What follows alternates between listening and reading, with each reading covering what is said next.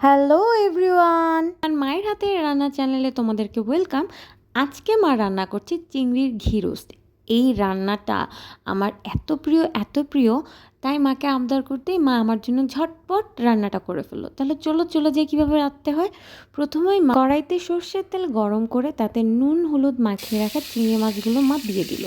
মোটামুটি ভেজে চিংড়ি মাছগুলো তুলে নিতে হবে, কারণ বেশি ভাজা হয়ে গেলে চিংড়ি মাছগুলো ভিতর থেকে শক্ত হয়ে যায়, তখন কিন্তু মজা লাগে না। এরপর সেই তেলে গোটা গরম মশলা, এলাচ, জিরে, তেজপাতা এগুলো ফোড়ন দিয়ে মাথাতে পেঁয়াজ বাটাটা দিয়ে দিল। পেঁয়াজটা আমরা ব্লেন্ডারে বেটেছি, তোমরা পাটায় বেটে নিতে পারো, কোনো সমস্যা নেই। এই পেঁয়াজটা একটু সুন্দর করে ভাজা হয়ে গেলে এরপর মা এতে কী মশলা দিবে বলো তো? প্রথমেই নুন, পরিমাণ মতো নুন দিয়ে এরপর এটাকে সুন্দর করে ভাজি করবে। তাতে কাশ্মীরি লঙ্কা, হাফ চামচ হলুদ গুঁড়ো, হাফ চামচ মরিচ গুঁড়ো, হাফ চামচ ধনিয়া গুঁড়ো দিয়ে মশলাটাকে বেশ ভালো করে কষাতে হবে। এরপর মা এখানে সামান্য জল ব্যবহার করেছে। এরপর দিয়ে দিচ্ছি জিরা বাটা অ্যান্ড আবারও একটু জল। মনে রাখতে হবে মশলাটা যেন কোনোভাবেই পুড়ে না যায়। এরপর গ্রেভিতে মা কাজু ও নারিকেল বাটা দিয়ে দিল।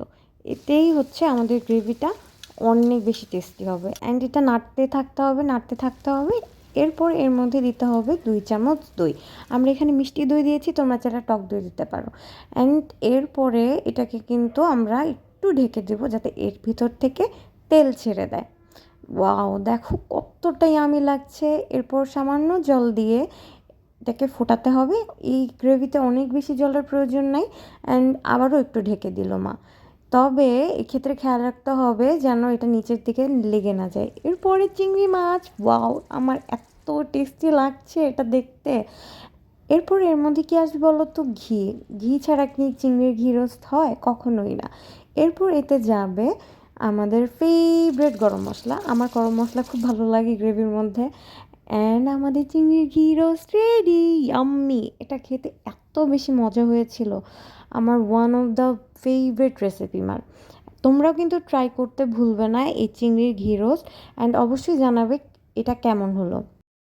আমাদের রেসিপিগুলো ভালো লাগলে মায়ের হাতের রান্না চ্যানেলে লাইক, শেয়ার, সাবস্ক্রাইব করতে কিন্তু ভুলবে না। Thank you so much. দেখা হবে নেক্সট ভিডিওতে।